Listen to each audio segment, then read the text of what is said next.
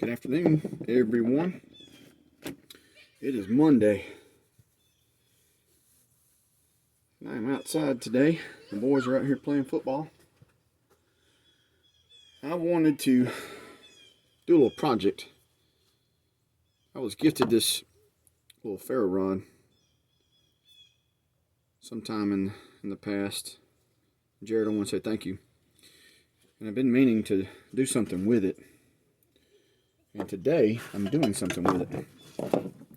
Got my PSK. And on the scabbard, this was one of the blind horse knives. Original knives that Canterbury had made. Frontier, 18th century frontier style. I think this is actually a French design. Type of knife that frontiersmen would have carried. I like it. Great knife. Very thick blade, awesome 90-degree angle, throw sparks. I had started the video earlier and it had stopped on me, so I restarted. But anyway, I took some antler. Not to bore you with the details, but real quickly, it was a piece that I had, and I just took my hacksaw and my vise and I cut it down to this, and I drilled a hole in it, and this piece is going to fit like that. Have a nice piece, a good hold-on piece, handle, a hold-on piece, listen at me, a handle. I'm going to smooth this up with my grinder, and then I'm going to take my JB Weld 5-minute epoxy and secure it nicely in this thing. And I believe it's going to ride nicely. It's going to be nice. Maybe a little overkill on that, but I like that. That's a good feel. Boom, boom. Especially for the right hand. Strike it. Throwing sparks. It fits in there tightly, but I'm going to secure it with some epoxy. Also, I make hiking sticks. Real simple hiking sticks. This is, I believe this was a piece of dogwood. This is going to be Finley's. And I like to put these little copper ferrules on the end. I cut them from copper piping. And I fit them down on the end. This was a piece that I had bought for something. And it'll fit on. And then I'll take the epoxy and secure it. And it gives the end of the stick a nice little piece when it's walking, hitting the ground, instead of it flaring up.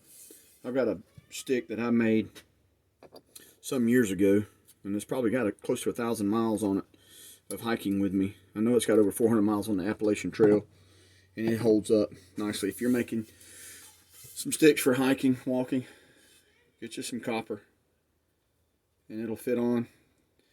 This little piece is a little tight, so I need to sand that off a little more, or just take well, not this, I use a rasp, and take some more meat off, and then it'll slide down on it. And you just take your epoxy and let it set, and you're good to go. It's funny when I try to do projects, my mind gets to be all over the place.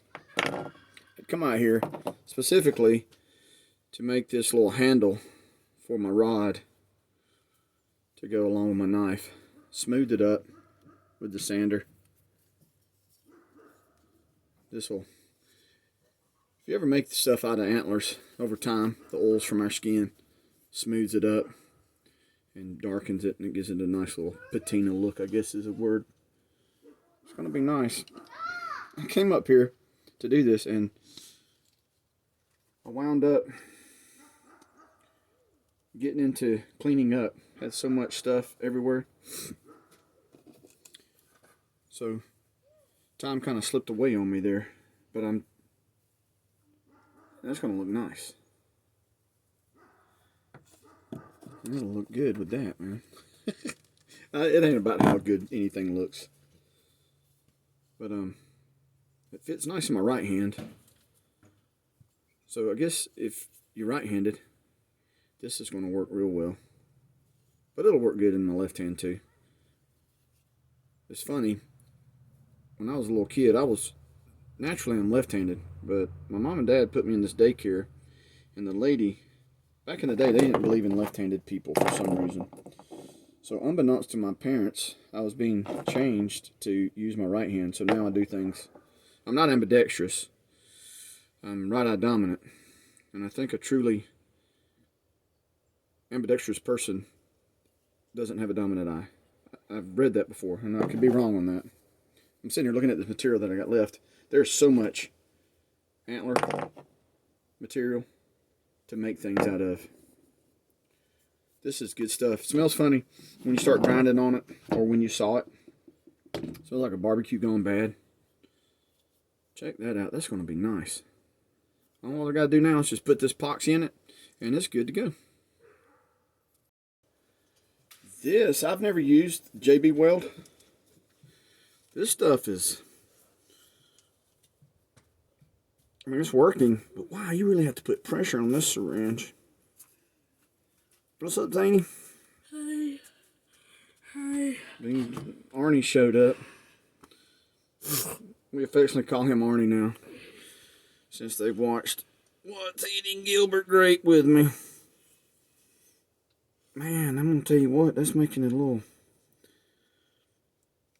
He's not strong. He can't do it. That smells weird. It's got a funky smell, don't it? Yeah. Is it sticky? Yeah, you shouldn't stick your finger in that. Oh. So wipe it on something. Okay. Is that sticky? Yeah, it's sticky, son. Golly, that is like, whoo! Alright. Oh. Well, there goes that. Oh, still, well, that's the cap. I forgot that they put the cap. You know, the funny thing about it, they only give you one of these little mixing tubes.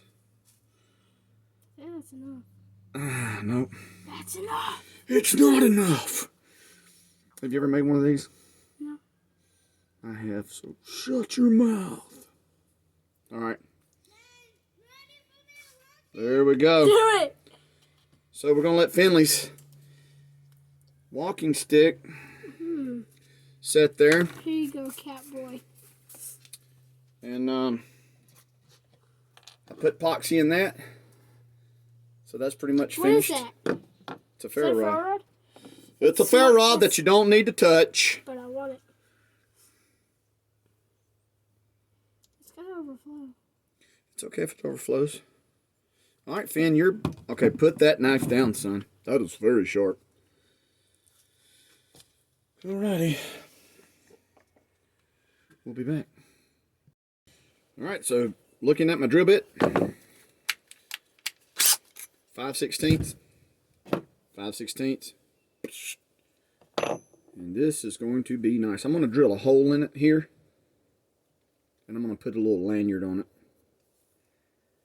And just add a little more character to it. Man, this has a lot of space that you could do some dremeling. Make a little face on it or something. That is nice. Pretty sure that's already set, but I'm going to let it set longer. I actually let those things set overnight. It says 5 minutes. But 24 hours, good rule of thumb. And then it's definitely cured. So now I have another ferro rod with a handle. Alright, drill me a nice little hole. I've got some 550 cord. I'm going to make me a little lanyard.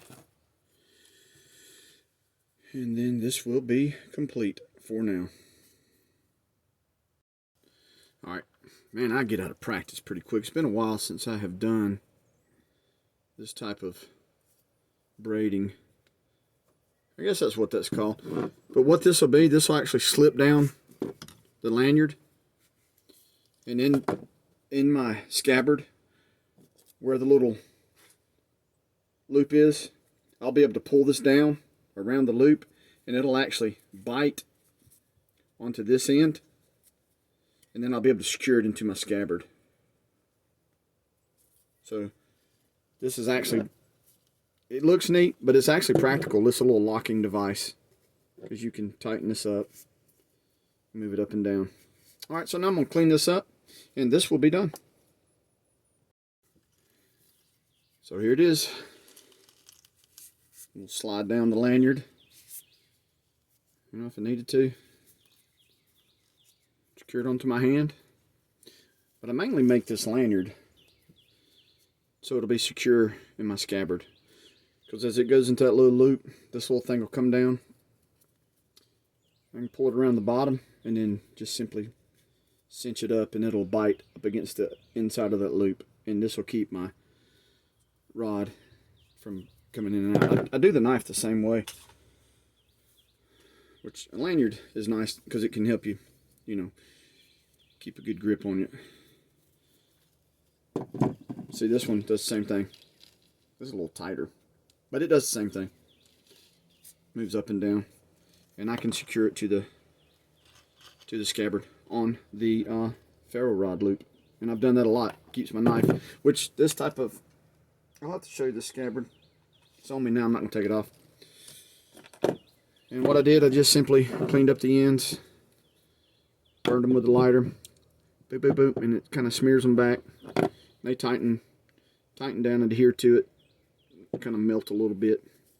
So there we go, my new ferro rod handle. It's ready to go. All right, guys, hope y'all have a good day. Happy Monday to you. Hope this is going to be a great week.